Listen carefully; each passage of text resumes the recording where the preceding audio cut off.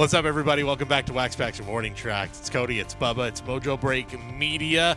If you are listening to us, make sure to subscribe to the YouTube channel. If you're watching us, make sure to subscribe wherever you get podcasts. Just search Mojobreak wherever you get it. We're talking pitching today because I love talking about pitching and I love talking about pitchers' cards. It's been my goal here since I've started at Mojobreak to be like, pitchers need love too. And you know what? The last year and a half, 2 years almost now, I finally feel like I've been proven right with Paul Skeens. Yep. We saw it, I think, our very first episode was talking about this kid, Jacob Mizorowski. Right. Who's this guy? Oh, my God. And here we are now with just a few weeks left in the regular season, where I feel like that's the focus once again, is great young pitchers. So we're going to be talking about them today. First of all this talk of just on the field, there wasn't going to be any exciting races. Right. Everything's locked up. Well, things are starting to tighten up a little bit. And just, everything's kind of tightening up a little bit. Some of the bigger teams are slowing down. I don't know. I want some drama to end the season. I don't like it when it gets boring, especially when there's 12 teams, 12 spots for the playoffs. I know. It's supposed to be more exciting. Yeah, I saw an Instagram post yesterday from MLB, and they posted like the odds-on percentages for teams to win their division. Yeah. And there were only like two divisions that it's like the Dodgers in the NL West that had like an 87%, and then it's the Tigers with like a 90-some-odd percent. They had a 99.8% chance or something like that. You saw that? Yeah, I saw that too. Yeah. I saw that graphic too. The AL East, there's a real race there with, the Blue Jays, it's weird. There is a real race, and yet I feel like the Blue Jays have been very steady the last month, 2 months, where I feel like they're fine. Like, I don't see the Yankees or Red Sox winning that division this year. Yeah, everybody else is kind of locked up. Seattle made a little bit of a push, but they're probably in a wild card spot, depending on what ends up happening with that race. I think they're in a decent spot. I know Texas is kind of on their tail, but that's probably your race right there. As Texas is on their tail, maybe the wild card becomes something in the National League. I'm only saying that and maybe protecting that hope as a Giants fan. But yeah, there's going to be some division races. Something will happen where we're going to go into the final week and we're going to go, oh, wow, the AOS actually is up for grabs. Or, oh, wow, the Mets are actually making a bit of a run here for the NL East or whatever it is. Right. So we'll have something. Yeah. So. But in the meantime. Yeah, it's cool, too, that there are races to talk about, but then like what we're about to get into is that we're still talking about some kind of like not oddball, but not necessarily like typical September storylines. So we're about to talk about Nolan McLean a little bit. Yeah. So it's a good point because, in years past, this would be kind of a time where you'd be like, oh, we're going to get into getting to see a lot more young guys. Because when the rosters would expand years ago, back in our day, they would expand where they'd be like, it's 40. If you want 40, knock yourself out. Nobody ever did that, but you could. And it usually gave, I think teams would usually go 5, 6, 7, maybe 10 players up at one, but it would be kind of slowly through as minor league seasons came to an end. Right. You would start to see that, but no more than that. But it did give a lot of teams a chance. I remember in 2009, it gave Giants fans their first glimpse at Buster Posey.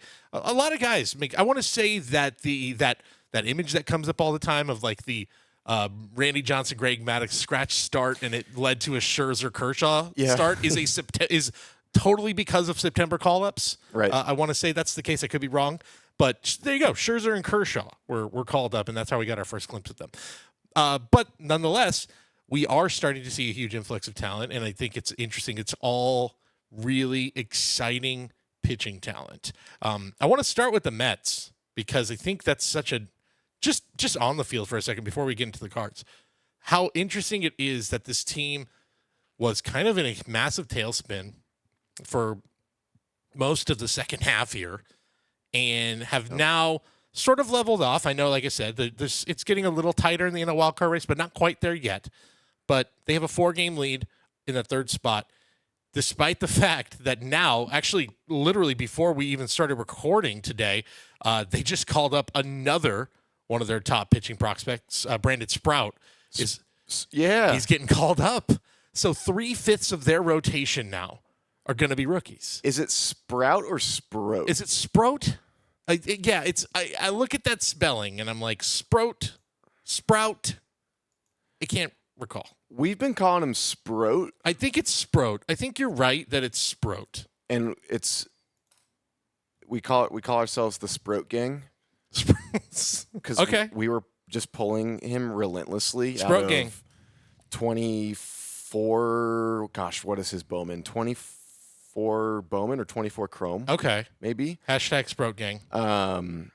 And it was like, oh man, like this is the Ken Waldachuk, of the release. Right. And then and you get like a Mets, Mets fan in there that'd be like, no guys, he's actually This is the guy we want. Yeah, we want this guy. We like Sprout. And he's been rising the ranks in the prospect rankings, and now, boom, congrats, Brandon Sprout. Yeah, Brandon Sprout has been called up. Flew through the system last year, went from high A to triple A by the end of the season, has pitched 25 starts in triple A. This one, because he's number 5 in their system, I think according to MLB.com's rankings, 4.24 ERA in triple A. This definitely, they need bodies in that rotation for the Mets. But maybe there will be a little less fanfare about him than there is McLean, than there is about Tong, who those guys, I think, a lot more of the weight of expectations for those, whereas Sprout, it's like, hey, this is a great story that he's here now. Maybe he can give him some innings, especially with a lot on the line here in the last few weeks. For sure. Yeah, and I wonder if like the chronology of, is that the word? I think chronology of players getting called up adds to impact, not only with card market, but just like in general, the fanfare. Like if Sprout was called up last week instead of Tong, would we be having a bigger? Yeah, it's a good point. Would we be having a lot more discussions about and obsessions about him, and would the market reflect that? Yeah, too, it's like a minor point, but I'm just like wondering, like, man, like that has to play some part into it. I think you know what? It's just looking at some of the data early for the cards. I think there is something to be said about recency bias. Maybe the flip side of that, recency bias, where like McLean has now made 3 starts in the major leagues. He looks phenomenal. We'll talk about him. I think of the guys we're going to talk about today, McLean to me is the surest bet. I'll exempt Bubba Chandler because we've talked about him a few times. We're going to briefly discuss him, but the best chance to like next year have a huge breakout because just the stuff is so nasty. And he's been really solid, and he just looks the most like when scouts are like, what do I want to see physically from a pitcher? I think they look at McLean and go, that's what I want to see, which is funny given his whole story. Right. Yeah, Cowboy Ohtani. Is there a better nickname? It's beautiful. It's a great nickname. It's beautiful. Yeah. So he's so given that though, I would like to think, he'd be a little more. His stuff might be on the more expensive side. I think there's a lot more of his cards that are being sold and traded right now. But Tong is the guy that, at least just from the brief glimpses I've been taking here of some of the cards data, he seems to be the guy that most collectors are excited for. Yep. His prices are higher than a lot of these guys. I don't really know what to make of that, other than it's again the recency bias, because his first start was good. It wasn't amazing. He gave up 4 runs in 5 innings, but I think there's more going on than just the actual what does he bring on the mound. There's an X factor involved that I have in mind too. Dude, he was like fiery. Yes. Pitched out of some jams. Yeah. It was electric. He was, just engaging with the crowd, pumping himself up. I'm somewhat of a traditionalist when it comes to, on the field stuff, and man, I was fired up. He was really fine. There was little quirks that he had, like kind of coming off when like third out would happen, or he'd be pointing to people, pointing it out. For a guy who's 22 years old making his first MLB start, you wouldn't know it. Owning it. Yeah, absolutely. I think to me the X factor with him, and I'll just kind of I'll just jump right into it because this is kind of the comp we're going for if we're talking the Mets guys right now. Here's via card ladder Jonah Tong. His PSA 10 Bowman, which, by the way, he's in 2025 Bowman. So that is a guy you can collect right now. Actually, I think his number one sale is the Sunflower Seed refractor. A PSA 10 of that, I think, is in the 6, 7, 8K range. I have to double check exactly what it is, but it's his high sale. But $539.99. That's an August 27th sale. Then in comparison, I'll flip over here to Nolan McLean, or maybe I won't because I think I just clicked it off. But Nolan McLean was, I think, in the $239 range, about that $240 range. Okay. Now, of course, the uniqueness with his card is that he's batting. Yep. That's, of course, the whole Cowboy Ohtani thing. He came up as a hitter to start, was trying to do the two-way thing. He gave that up this year, had his best year in the minor leagues. Looks like he totally unlocked something kind of similar to like when Paul Skeens gave up hitting in the final year. And 291 on August 26th for Nolan McLean. And again, I think his stuff is the best out of all these guys we're going to talk about today. How do you explain that difference there? So it's not does the positional difference, does him hitting in the card change anything? See, so I thought that was going to be a plus on it. I thought that would be like, oh, what a cool little thing.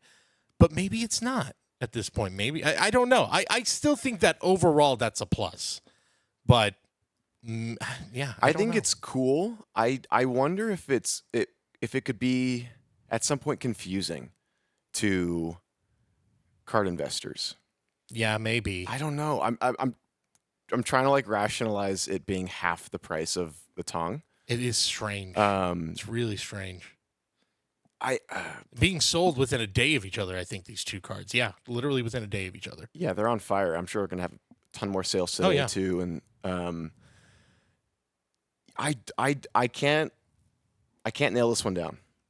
The only other thing, and maybe it's just don't overthink it. McLean is 24 and Tong is 22. Yeah, is it just as simple as that? No, it shouldn't be. It's because it shouldn't that be. Big Maybe of a it is, but yeah, it should not be. But it's not that big of a difference, especially when you consider what McLean's done in his first 3 starts, and the fact that Tong, we have only one to work with. Now, there's also the allure of the unknown. Yeah, it's a big thing. Tong, and I can just think of like when we were doing Bowman breaks. The vibe around Tong in general was much more positive, and he was more of a chase than McLean was in the moment. I'm trying to think who McLean was maybe competing with on that Mets team in that Bowman release. Yeah, I'd have to double check. That was Bowman Chrome Draft that in 2023, which I Bowman Draft, 23 draft. Yeah, Bowman Draft. I'll double check on who the Mets were in that, but I do recall there being 23 Bowman Drafts. Colin Houck. I was gonna say, yeah, there was a decent chase, and I believe you're right. I think it's Houck. Yep. AJ Ewing even may have been a bigger pull, 100% hitter pull than McLean. Yep. Was Jet Williams a first in that one? No, he was like maybe 22. Yes, but you're right. It's Houck was the chase. Yeah, Comp A pick Houck. Like 36th overall or something like that. Yeah, McLean was not. He was like I was going for Houck. And then you got AJ Ewing. You're like, all right, well, it's not McLean. Yeah, right. So I don't know. I'm that's going to be a market to watch. Is that McLean first? Maybe that it enters like instant buy territory. Yeah, kind of feels like, and there's it's because of the uniqueness of it. On top of what he's doing on the mound, I kind of do feel like if you're looking at those two prices, if you're deciding which of these Mets to get, to me, it feels like it's kind of a no-brainer of McLean.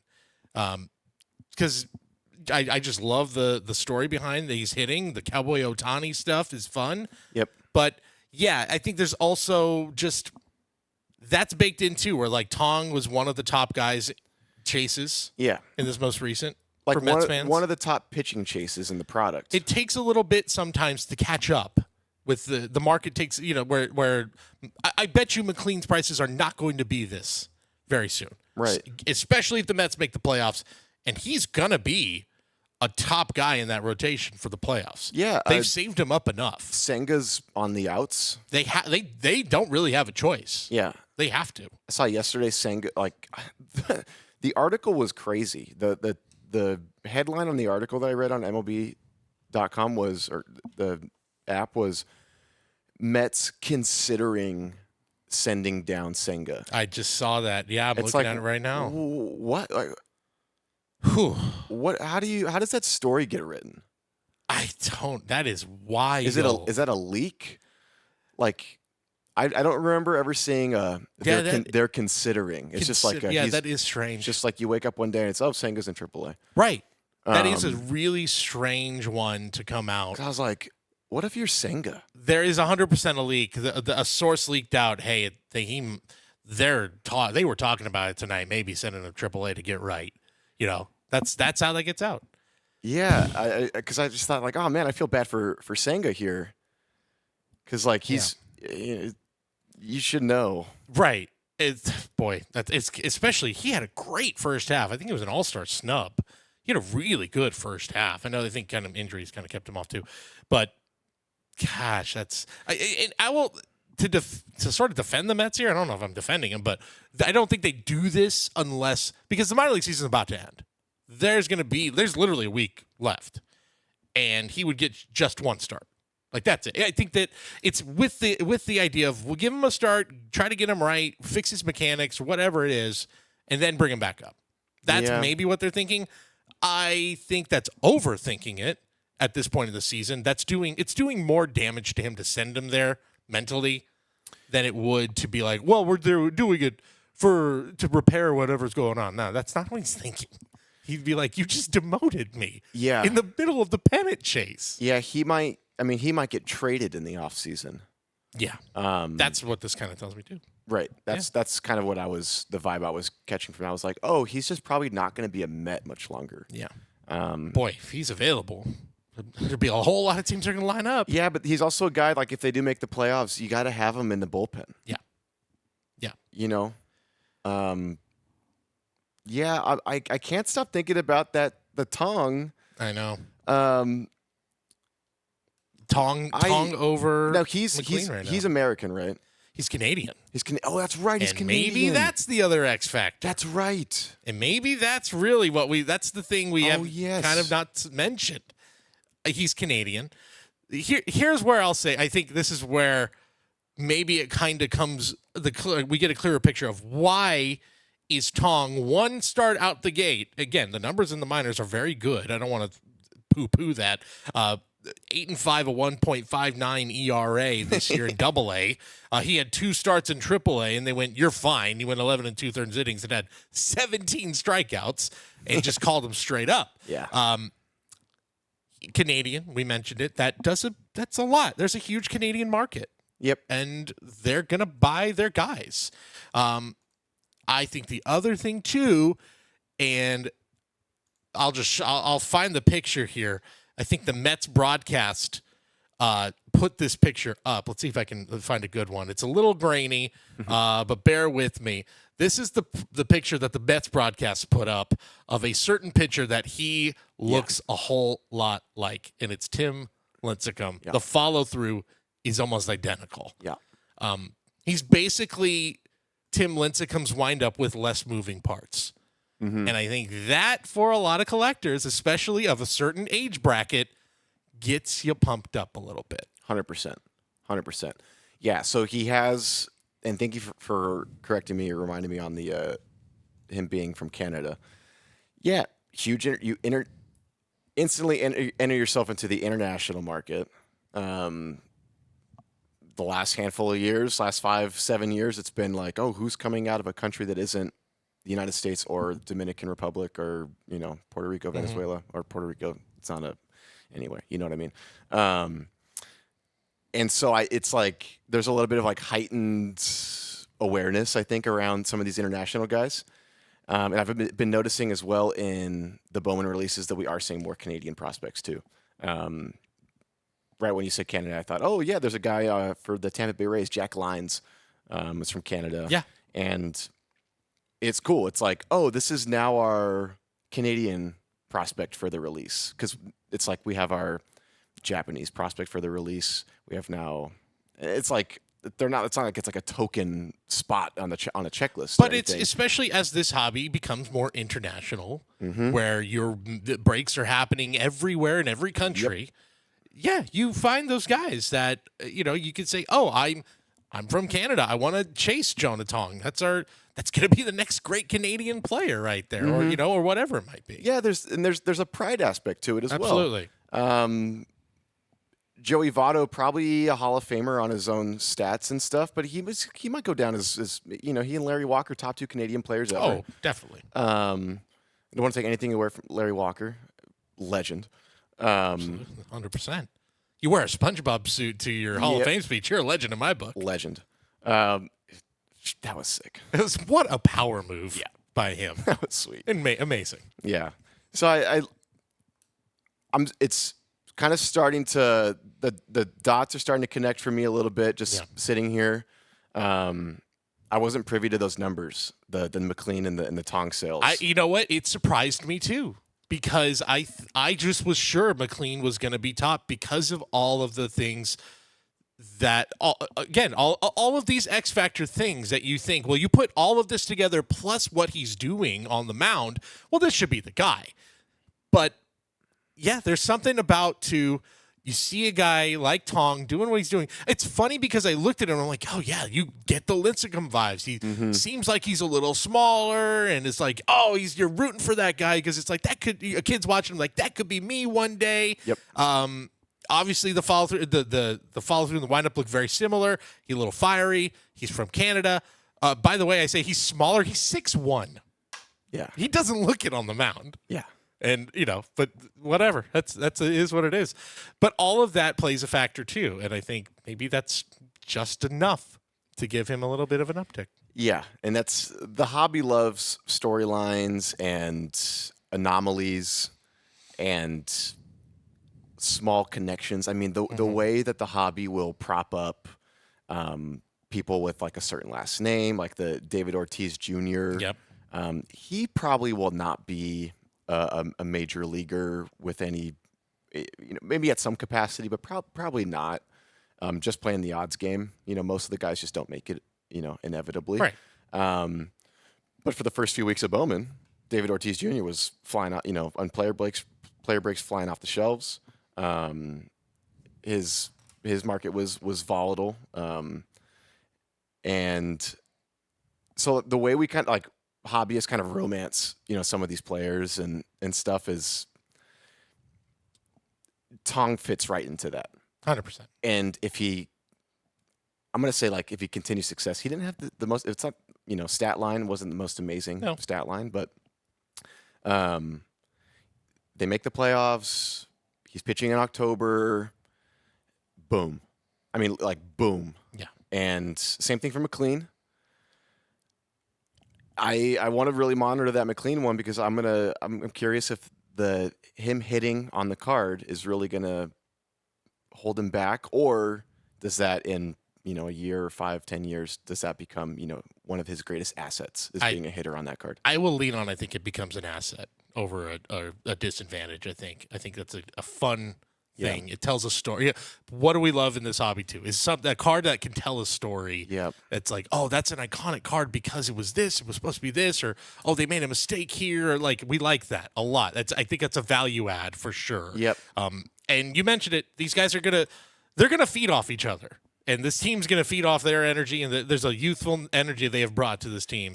And it's exciting. And they're hitting. I mean, I don't know if you've been noticing Juan Soto is on just some crazy run right now. He's going to have a stat line that we're going to look at, and the fact that it's not going to say All-Star next to his name on his baseball reference page is nuts. The fact that there were people saying, wow, what a disappointing year for Juan Soto. Even like a month ago before he had this heater, I'm like, are you Are you sure about that? So the NL outfield was stacked. It was good in the first half. Yeah. And it's still NL outfielders having a great year. He's having like an historic second half. Yeah, as he always does. And like his last month, like his last 30 days, probably just like maybe some of his best. He is going to have the quietest 30-30 season of all time. Because I just looked at his stats. I don't even think I realize how many stolen bases he had. Yeah, he's on my fantasy team. It's really the only reason I'm tuned into that. Yeah, 27 stolen bases, 37 homers. He's going to probably finish with over 100 RBIs. He's hitting like 288. He's hitting 259, but that's, I mean, from where he was. Okay, I think what I was reading is like maybe since a certain point he's where he was, he is on fire. But he's going to finish with over another over 400 on base percentage. He's sitting at 399, probably going to go up given the way he's hitting right now. He's just having another phenomenal year. He's going to lead the leagues in walks again. Mm-hmm. And it will not say All-Star next to his name. Yeah. But it will say probably MVP votes. That's for damn sure. Good thing he's not on any escalators for his contract, huh? Yeah. Oh, boy. What does that escalator go up to? $1 billion at this point? Right. Good Lord. Let's talk another pitcher that has been – I remember this guy being on the Bowman radar back in 2024, Bowman draft, as like a, hey, this is a fun guy to collect if you're Red Sox. Payton Tolle. Yeah. You want to talk about a dude where I instantly fell for this guy. The moment he showed up. Oh, yeah. Just a big square jaw. Looks kind of like, gives me like Rod Beck meets like I'm trying to think who like not like the wind-up and stuff not there, but like the intimidation factor. I kept trying to place like who does he remind me of? But the intimidation factor of just like the glove right to his face, covering just all you see are his eyes, his arm cocked out like that. Like I just love the vibe of this guy on the mound. There's a Street Fighter dude. Does he kind of look like Zangief? Is that who I'm thinking of? Or is that a different, am I totally off? Well, dude, Rob Beck and yes, Zangief. That is who he reminds me. Physically, Payton Tolle is Rod Beck meets Zangief. That's who he looks like. And imagine that guy pitching and throwing 98 mile per hour, 99 mile per hour gas to you. I would never want to face that guy in a million years. I love it. He gets me super pumped. Zangief from Street Fighter. Zangief from Street Fighter, yes. Absolutely. You know what? I back it up. I'm about to. Here you go. I have to show. Now I just have to let everybody know. I'm sure plenty of you know who Zangief is, but now see it. Now I just have to show it because see it. Look, put this guy in a Red Sox uniform and tell me that's not Payton Tolle. That's Payton Tolle right there. Yeah, that's in a Red Sox. Put him in that green Red Sox uniform that he had the other night. That's who he is. I'm telling you. That's great. That's great. Yeah, he was a guy.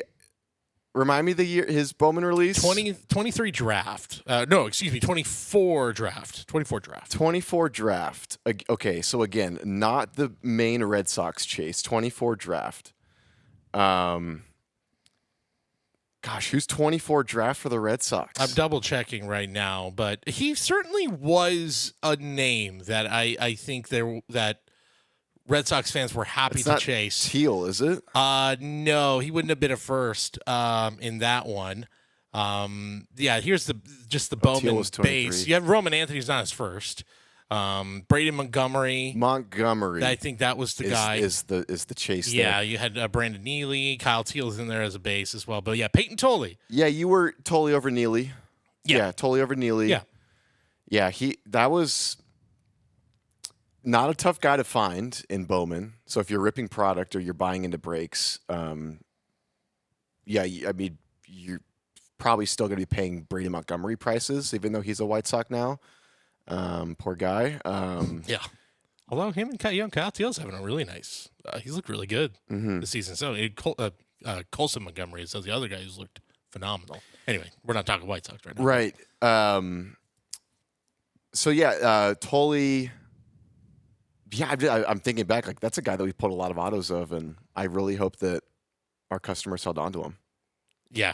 I hope so. Probably wasn't a guy that was going to get you a lot of bucks to sell right when the product came out anyway. So No. hopefully somewhat, a card that people have been sitting on. And I think too, there was the thing that helps him here initially. He was taking on Paul Skeens in start number 1. Isn't that crazy how it's timed out really nicely?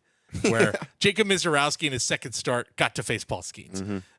Payton Tully's MLB debut at Fenway faces Paul Skeens. Paul's like the litmus test. He's like, yeah, he really is. He's like final boss. Like, yeah.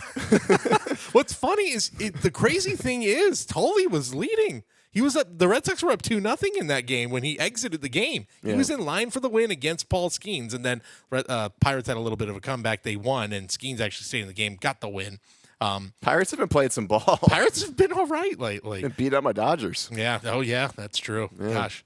Yeah. Pirates, a weird team where they pick and choose who they like to win against. And anyway, but another guy where I am like, you talk X factors. It's not just the play, which again, the play is exciting. Bounces around, by the way, in his college career. Just looking at an interesting college career. Where he plays summer ball and then goes Wichita State, then plays in Santa Barbara for summer ball, summer league, Wichita State, TCU was his final stop, and that was his best year. That kind of he goes from no lower than a 5.15 ERA in his first 3 years to drops it down to 3.32 and just flies through the minor leagues this year. Yeah, completely. I need to do a little more of a deep dive, honestly, about what did he do to go from where he was in his first 3 years to where he is now, where he just, again, in high A, he goes 10 starts, 79 strikeouts and 49 2/3 innings, and just looked good every step of the way. Yeah, and talk about a team that needs pitching. I mean, they just let go of Walker Buehler, new Philly. Yes. Yeah, great pedigree, too, through college, Wichita State, Santa Barbara, shout out Shane Bieber, and then TCU. TCU is where he put it all together. Yeah. Yeah. Another guy that's probably, and here you go, this is probably what it is, two-way. And this, okay. He's a two-way player, and he decided, all right, I'm going to give up hitting. I don't remember that in Bowman. Okay. Yeah. So I think he gave it up before, let's see, he was a two-way player at Wichita State, goes to TCU, and they say just pitch, just go ahead and pitch. Yeah. So this might be a whole other conversation about the effect of now so many guys are like, I can do that too. One, you truly see how special what Ohtani is doing, because it's hard. It's so taxing on your body, right, to be able to do both of those at an elite level. Mm-hmm. And a lot of guys can do that, whether it be in high school, maybe even the start of college, but to do that consistently when you make the transition to pro ball, it's why you're now seeing a lot of guys just say, no, just in college, unless you are truly special, just go to one or the other, pick one. Yeah. And it's clearly paid off for Tolle. Yeah, it's sweet too that the Ohtani effect, the whole two-way sensation has I think really incentivized the youth baseball as well, for kids to do it all again, and maybe even through high school and in college, you're able to kind of really see through the athlete in the player, the true athlete in them. Now we're not seeing them pop up left and right now. Maybe in a handful of years, we got to give it time for this whole new phenomenon to come into play. Again, traditionalist, I really feel specializing in one over the other is probably an individual's best bet to make it. But if you're going to get a few extra looks, a few extra articles written about you,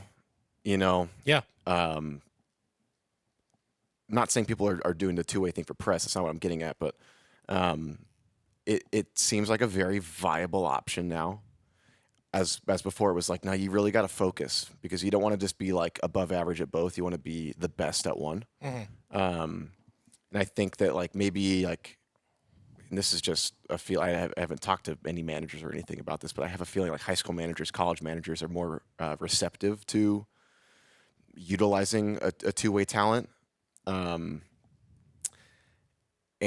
I don't think it's ever like a demotion or a bad thing, a negative for a player to be like, yeah, let's just, pick one lane. Yeah, if they're telling you that, to me, that's an admission of you do one of these better than the other, and that's going to be your Ticket. path. That's your ticket to the big leagues. Yeah. So focus on that one. Yeah. And then let's celebrate the anomalies, the McLeans, Right. I mean, look, 2 of the 3 guys we just talked about were guys who were two-way guys who made that switch and found success when they made that switch. Yeah. I mean, we just mentioned 4 guys: Ohtani, Skeens, McLean. Right. Yeah, Skeens, totally, you're right. We didn't even mention. That's right. Skeens did the same thing. That can get forgotten. Yeah. I like Tolle. If we're looking at his Bowmans right now, gotta be super affordable. $299 on August 28th, a PSA 10 for a base. Go auto. buy McLean, y'all. Yeah, McLean. Go buy McLean. McLean is the winner here. And the guy that I'm most impressed with the stuff. Not that I wasn't impressed with Tolle, because the fastball, I think, of all these guys we've mentioned, I think the fastball is the most impressive with him. Lefty, southpaw. Yeah. And I love the intimidation factor on the mound, and I think that's going to carry him a long way, especially if Boston makes a run here. I don't know if he'll be in the starting rotation for them come postseason, but what a weapon to have out of the bullpen for them. A guy, again, he's got closer mentality as a starter. Yeah. That's what excites me about him. Again, another guy who kind of like Tong, super fiery, coming off the mound, excitable. He's also around the same age, I believe. He's also 22, so age is on his side. Maybe explains part of the price there. So look, it's nice for the first time in a while to have so many good pitching options for collectors, where these guys are getting a little more love than I think we've seen in previous years with some big-time pitchers. There's a whole lot of factors with that. I will directly point to Paul Skeens and say I think his success has made maybe some collectors a little more confident to put some more money behind some of these young pitchers.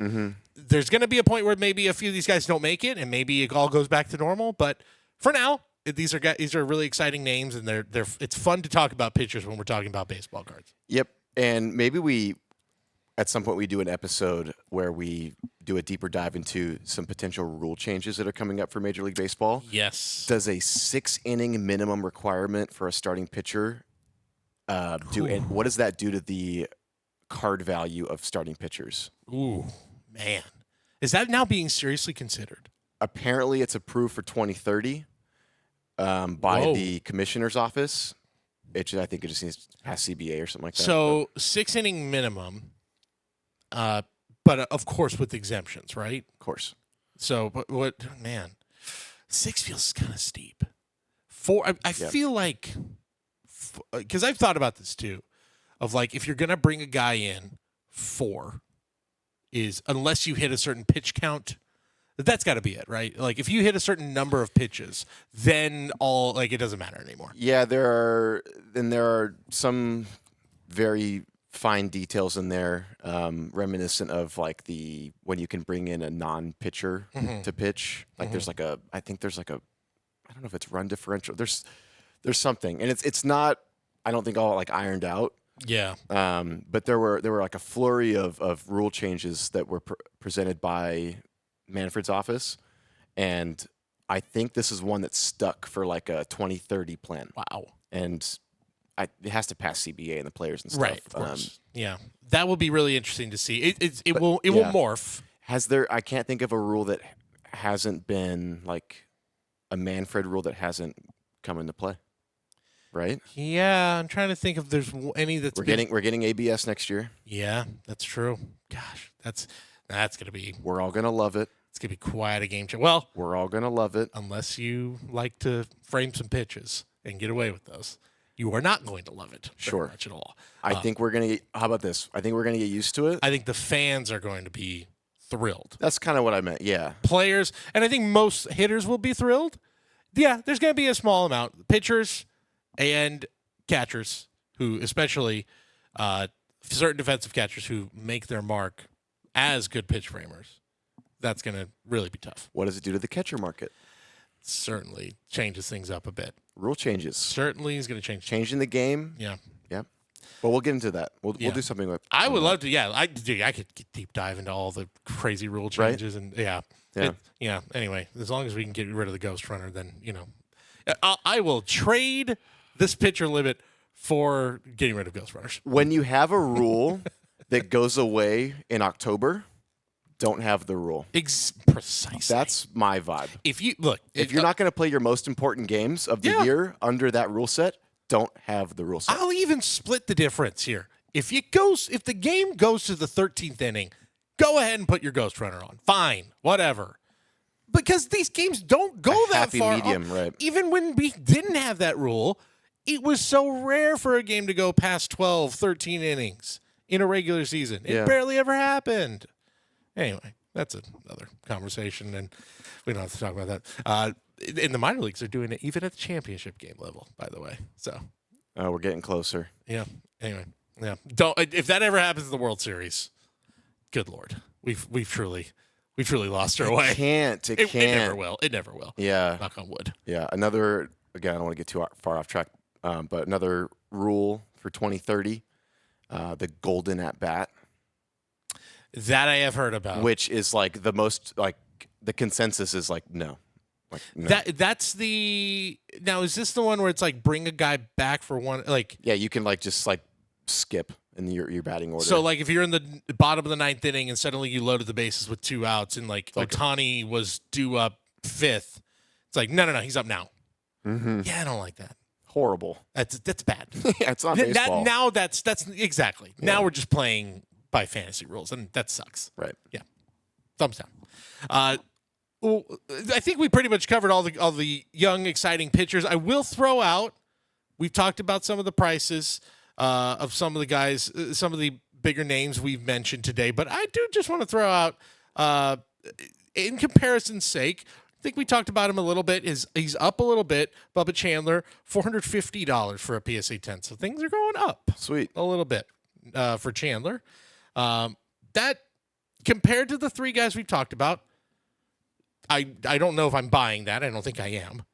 But that feels fair for where he is, his stature, versus the other 3 guys we've already talked about today. Yeah. That kind of puts things in perspective about where we view him in terms of pitching prospects. Yeah. Gosh, that wasn't Tong's card sold higher, though? Tong did sell for higher, though. Yeah. Yeah. I think we can pretty much say it. Not a buyer on Tong right now. Love the story. Excited. McLean feels like a slam dunk. Yeah. Tolle, maybe. 300 is a little steep for a base first Bowman. But I do like the player. And then Chandler, I understand it. And I think that also shows maybe some room to grow, too. I didn't even check Jacob Mizorowski, who that maybe puts it all in perspective of where he was versus where he is now. And the inherent dangers of getting really, really heavily invested in some young pitchers. I don't even have to look. He's down right now. He's sure. having a rough go. And he got hurt. And then he was getting beat up a little bit. And exactly. And that's. Yeah. I think I even said it on our episode where we talked about it. The thing that scared me is that the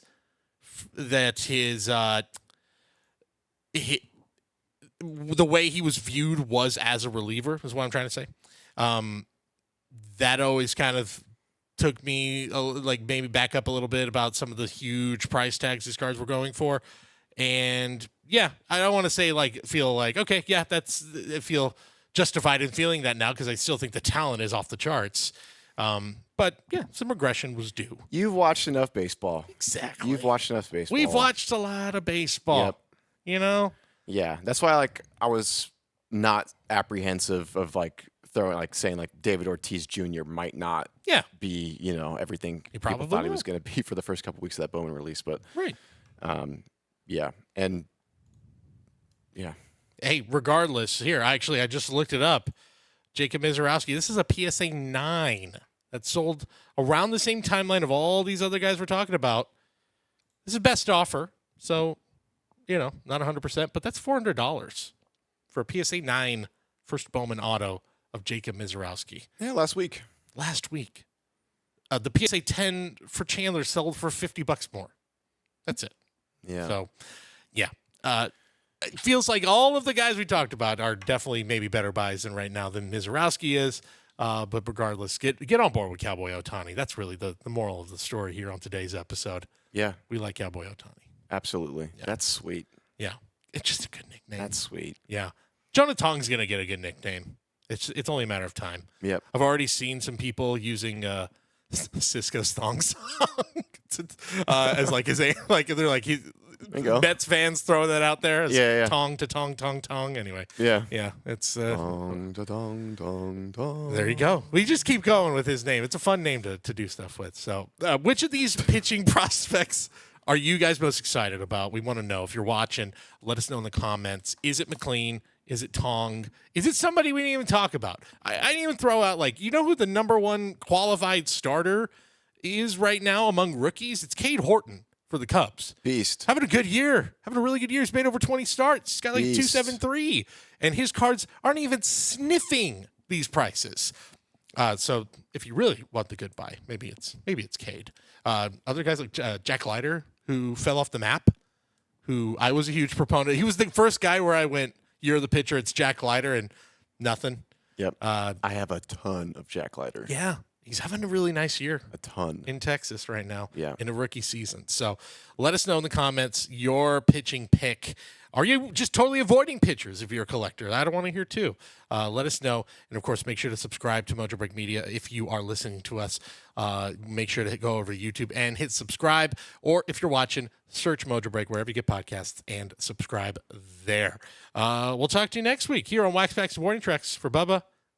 But I was pointing the wrong way, but don't worry about that if you're listening. What you were pointing to me for I was saying for was Bubba. You were cueing the Bowman Chrome Yes. 2025 Bowman Chrome plug here.